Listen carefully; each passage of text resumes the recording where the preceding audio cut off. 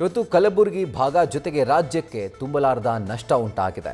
ಶೈಕ್ಷಣಿಕ ಕ್ಷೇತ್ರದ ಹರಿಕಾರ ಅಂತಾನೆ ಗುರುತಿಸಿಕೊಂಡಿದ್ದ ಶರಣಬಸವಪ್ಪ ಅಪ್ಪ ಲಿಂಗೈಕ್ಯರಾಗಿದ್ದಾರೆ.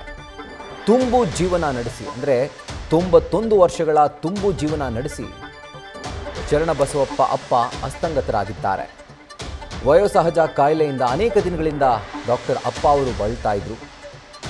ದಾಸೋಹ ಮಹಾಮನೆಯಲ್ಲಿ ಅಪ್ಪ ಅವರು ಲಿಂಗೈಕ್ಯರಾಗಿದ್ದಾರೆ.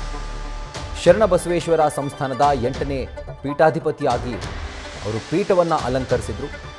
ಹಾಗೂ ಆ ಪೀಠದಿಂದ ಅನೇಕ ಸಮಾಜಮುಖಿ ಕೆಲಸಗಳನ್ನು ಮಾಡಿದ್ದಾರೆ. ಶಿಕ್ಷಣ ಕ್ರಾಂತಿಯನ್ನು ಮಾಡಿದ್ದಾರೆ. ಅನ್ನ ದಾಸೋಹಿ ಅನ್ನುವಂಥ ಬಿರುದನ್ನು ಪಡ್ಕೊಂಡಿದ್ದಾರೆ. ಕಲ್ಯಾಣ ನಾಡಿನಲ್ಲಿ ಶಿಕ್ಷಣ ಕ್ರಾಂತಿಯನ್ನು ಮಾಡಿರುವಂಥ ಕೀರ್ತಿ ಇವರಿಗೆ ಸಲ್ಲುತ್ತೆ. ಹಾಗೂ ಇವರು 91 ವರ್ಷ ವಯಸ್ಸಿನವರು. ಹಾಗೂ ಇವತ್ತು ಪೂರ್ಣ ಆಯುಷ್ಯ ಜೀವನದ ಒಂದು ಅತ್ಯುನ್ನತ ಕೆಲಸಗಳನ್ನು ಮಾಡಿ ಮುಗಿಸಿದ ನಂತರ, ತುಂಬು ಜೀವನ ನಡೆಸಿದಂಥ ನಂತರ ಡಾಕ್ಟರ್ ಶರಣಬಸವಪ್ಪ ಅಪ್ಪ ಅವರು ಇವತ್ತು ಲಿಂಗೈಕ್ಯರಾಗಿದ್ದಾರೆ.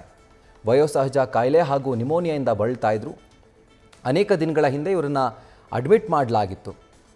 ಹಾಗೂ ಎಲ್ಲರೂ ಕೂಡ ಪ್ರಾರ್ಥಿಸ್ತಾ ಇದ್ರು, ಆದಷ್ಟು ಬೇಗ ಹುಷಾರಾಗಿ ವಾಪಸ್ ಬರಲಿ ಅಪ್ಪ ಅವರು ಅಂತ ಹೇಳಿ. ಆದರೆ ಅದೇ ಥರ ಹೆಲ್ತ್ ಕೂಡ ಇಂಪ್ರೂವ್ ಆಗ್ತಾ ಇತ್ತು. ಆದರೆ ಇವತ್ತು ಅವರು ತಮ್ಮ ದಾಸೋಹದ ಮನೆಯಲ್ಲೇ ಲಿಂಗೈಕ್ಯರಾಗಿದ್ದಾರೆ. ಒಂದು ದೊಡ್ಡ ನಷ್ಟ ಇದು. ಕಲ್ಯಾಣ ಕರ್ನಾಟಕ ಭಾಗದಲ್ಲೇ ತುಂಬಲಾರದ ನಷ್ಟ. ಎಷ್ಟೋ ಅಂದರೆ ಸಾವಿರಾರು ಲಕ್ಷಾಂತರ ಮಕ್ಕಳಿಗೆ ವಿದ್ಯಾಭ್ಯಾಸ ಕೊಟ್ಟಿದ್ದಾರೆ. ಅನ್ನ ದಾಸೋಹಿ ಆಗಿದ್ದಾರೆ. ಹಸಿವು ಅಂತ ಬಂದವರಿಗೆ ಅಕ್ಷರ ಹಾಗೂ ಅನ್ನ ಎರಡಕ್ಕೂ ಇವರ ಪೀಠಾಧಿಪತಿಯಲ್ಲಿ ಆಗಿದಂಥ ಸಂದರ್ಭದಲ್ಲಿ ಇವರ ಒಂದು ಸಂಸ್ಥಾನದಲ್ಲಿ ಯಾವುದೇ ಥರದ ಒಂದು ಕೊರತೆ ಇರ್ತಾ ಇರಲಿಲ್ಲ. ಸೊ ಅಂಥ ತುಂಬು ಜೀವನ ನಡೆಸಿದಂಥ ಅಪ್ಪಾಜಿ ಅವರು ಇವತ್ತು ಲಿಂಗೈಕ್ಯರಾಗಿದ್ದಾರೆ. ಡೀಟೇಲ್ಸನ್ನು ಕೊಡ್ತಾರೆ ನಮ್ಮ ಪ್ರತಿನಿಧಿ ಬಜರಂಗಿ. ಎಷ್ಟೊತ್ತಿಗೆ ಲಿಂಗೈಕ್ಯರಾದರು, ಈಗ ಯಾವೆಲ್ಲ ಸಿದ್ಧತೆಗಳು ನಡೀತಾ ಇದೆ ಇವರ ಅಂತ್ಯಕ್ರಿಯೆಗೆ ಸಂಬಂಧಪಟ್ಟಂತೆ ಡೀಟೇಲ್ಸನ್ನು ಕೊಡೋ ಹಾಗಿದ್ರೆ.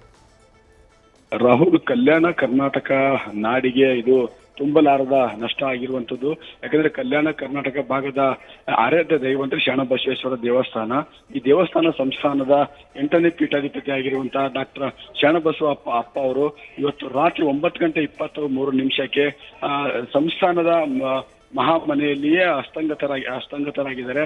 ಅಂದ್ರೆ ಕಳೆದ ತಿಂಗಳು 26ನೇ ತಾರೀಕು ಆಸ್ಪತ್ರೆಗೆ ಇವರು ದಾಖಲಾಗಿದ್ದರು. 90 ವರ್ಷದ ಡಾಕ್ಟರ್ ಶರಣಬಸವಪ್ಪ ಅಪ್ಪ ಅವರು ವಯೋಸಹಜ ಕಾಯಿಲೆ ಜೊತೆಗೆ ನಿಮೋನಿಯಾದಿಂದ ಬಳಲ್ತಾ ಇದ್ರು. ಆಸ್ಪತ್ರೆಯಲ್ಲಿ ಸುಮಾರು 8-10 ದಿನಗಳ ಕಾಲ ಇವರು ಚೇತರಿಸಿಕೊಂಡಿದ್ರು. ತದನಂತರದಲ್ಲಿ ವೈದ್ಯರ ಚಿಕಿತ್ಸೆಗೆ ಇವರ ದೇಹ ವಯೋಸಹಜ ಹಿನ್ನೆಲೆಯಲ್ಲಿ ಯಾವುದೇ ರೆಸ್ಪಾನ್ಸ್ ಮಾಡ್ತಾ ಇರಲಿಲ್ಲ. ಅವರ ಇಚ್ಛೆಯಂತೆ ಇವತ್ತು ಆಸ್ಪತ್ರೆಯಿಂದ ಅವರನ್ನ ಮಹಾಮನೆಗೆ ಶಿಫ್ಟ್ ಮಾಡಲಾಗಿದೆ. ಅವರ ಇಚ್ಛೆಯಂತೆ ಇವತ್ತು ಶರಣಬಸವೇಶ್ವರ ದೇವಸ್ಥಾನದ ದರ್ಶನ ಕೂಡ ಮಾಡಲಾಗಿದೆ. ದೇವಸ್ಥಾನಕ್ಕೆ ಪ್ರದಕ್ಷಿಣೆ ಕೂಡ ಹಾಕಲಾಗಿದೆ. ಈ ಒಂದು ಡಾಕ್ಟರ್ ಶರಣಬಸವಪ್ಪ ಅಪ್ಪ ಅವರು ಇದು ಶರಣಬಸವೇಶ್ವರ ದೇವಸ್ಥಾನ ಮಹಾಮನೆ ಅಂತಂದ್ರೆ ಅನ್ನದಾಸೋಹಕ್ಕೆ ಪ್ರಖ್ಯಾತಿ ಪಡೆದಿರುವಂತದ್ದು. ಅಂದ್ರೆ ಮೂಲದಿಂದ ಅನ್ನದಾಸೋಹ ಶಿಕ್ಷಣ ದಾಸೋಹ ಕೂಡ ಇತ್ತು. ಆದ್ರೆ ಇವರು 8ನೇ ಪೀಠಾಧಿಪತಿ ಆಗಿರುವಂತಹ ಡಾಕ್ಟರ್ ಶರಣಬಸವಪ್ಪ ಅಪ್ಪ ಅವರು ಪೀಠಕ್ಕೆ ಬಂದ ನಂತರದಲ್ಲಿ ಅತಿ ಉನ್ನತ ಮಟ್ಟಿಗೆ ಅತಿ ಎತ್ತರಕ್ಕೆ ಬಂದಿರೋದು ಶಿಕ್ಷಣ ಕ್ಷೇತ್ರದಲ್ಲಿ. ಅಂದ್ರೆ ವರ್ಷದ 365 ದಿನಗಳು ಕೂಡ ಈ ಒಂದು ಮಹಾಮನೆಯಲ್ಲಿ ಅನ್ನದಾಸೋಹ ಇರುತ್ತೆ. ಜೊತೆಗೆ ಈ ಅಪ್ಪಾಜಿ ಅವರು ಶಿಕ್ಷಣಕ್ಕೆ ಅತಿ ಹೆಚ್ಚಿನ ಒತ್ತು ಕೊಟ್ಟಿದ್ರು. ಯಾಕಂದ್ರೆ ಕಲ್ಯಾಣ ಕರ್ನಾಟಕ ಭಾಗ ಅಂದ್ರೆ ಅತಿ ಹಿಂದುಳಿದ ಪ್ರದೇಶ ಆಗಿರುವಂತಹ ಶಿಕ್ಷಣ ಅಂತಂದ್ರೆ ಬಹಳಷ್ಟು ಇಲ್ಲಿ ಬಡವರಿಗೆ ಮರೀಚಿಕೆ ಆಗಿತ್ತು. ಆದ್ರೆ ಈ ಶರಣಬಸವೇಶ್ವರ ದೇವಸ್ಥಾನ ಸಂಸ್ಥಾನದ ಅಡಿಯಲ್ಲಿರ್ತಕ್ಕಂಥ ಶಾಲಾ ಕಾಲೇಜುಗಳಲ್ಲೂ ಕೂಡ ಬಡ ಮಕ್ಕಳಿಗೆ ಶಿಕ್ಷಣ ಕೊಡುವಂತ ಕೆಲಸ ಮಾಡಿ ಇಲ್ಲಿ ವಿದ್ಯಾಭ್ಯಾಸ ಮಾಡಿರ್ತಕ್ಕಂಥವ್ರು ದೇಶ ಅಲ್ಲದೆ ಬೇರೆ ಬೇರೆ ದೇಶಗಳಲ್ಲೂ ಕೂಡ ಕೆಲಸ ಮಾಡಿ ತಮ್ಮ ಬದುಕನ್ನು ಕೂಡ ಕಟ್ಟಿಕೊಂಡಿದ್ದಾರೆ. ಇದೀಗ ಇವರ ಲಿಂಗೈಕ್ಯ ಆಗಿರೋದು ಇವರ ಇಲ್ಲ ಅನ್ನುವಂಥದ್ದು ಯಾವ ಭಕ್ತದ ಅಸಂಖ್ಯಾತ ಭಕ್ತ, ಇಷ್ಟೇ ಲಕ್ಷ ಅಂತ ಹೇಳಕ್ಕಾಗೋದಿಲ್ಲ, ಅಸಂಖ್ಯಾತ ಭಕ್ತರಲ್ಲಿ ದುಃಖ ಮಡುಗಟ್ಟಿದೆ. ಡಾಕ್ಟರ್ ಶರಣಬಸವಪ್ಪ ಅಪ್ಪ ಅವರು ಕಲಬುರಗಿ ಅಷ್ಟೇ ಅಲ್ಲದೆ ದೆಹಲಿಯಲ್ಲೂ ಕೂಡ ಬಸವೇಶ್ವರ 14 ಅಡಿ ಎತ್ತರದ ಕಂಚಿನ ಮೂರ್ತಿಯನ್ನು ಕೂಡ ಸಂಸತ್ನ 9ನೇ ಗೇಟ್ನಲ್ಲಿ ಪ್ರತಿಷ್ಠಾಪನೆ ಮಾಡಿರುವಂತಹ ಪ್ರಖ್ಯಾತಿ ಕೂಡ ಇದೆ. ಈ ಒಂದು ಮಹಾಮನೆಯ ಸಂಸ್ಥಾನಕ್ಕೆ, ಶರಣಬಸವೇಶ್ವರ ದೇವಸ್ಥಾನ ಸಂಸ್ಥಾನಕ್ಕೆ ರಾಷ್ಟ್ರಪತಿಗಳು ಹಿಡಿದು ಬೇರೆ ಬೇರೆ ಭಾಗದಿಂದ ಕವಿಗಳಾಗಿರ್ಬೋದು, ಸಾಹಿತಿಗಳಾಗಿರ್ಬೋದು, ಸಚಿವರಾಗಿರ್ಬೋದು, ಶಾಸಕರಾಗಿರ್ಬೋದು, CM ಆಗಿರ್ಬೋದು, ಪ್ರಧಾನಮಂತ್ರಿ ಆಗಿರ್ಬೋದು, ರಾಷ್ಟ್ರಪತಿಗಳೆಲ್ಲರೂ ಕೂಡ ಈ ಒಂದು ಸಂಸ್ಥಾನಕ್ಕೆ ಭೇಟಿ ಕೊಟ್ಟು ಹೋಗಿದ್ದಾರೆ. ಈಗ ಸದ್ಯಕ್ಕೆ ಈ ಒಂದು ಸಂಸ್ಥಾನದ ಮಹಾಮನೆಗೆ ಅಪ್ಪಾಜಿಯವರ ದರ್ಶನಕ್ಕೆ ಭಕ್ತರ ದಂಡು ಹರಿದು ಬರ್ತಾ ಇದೆ.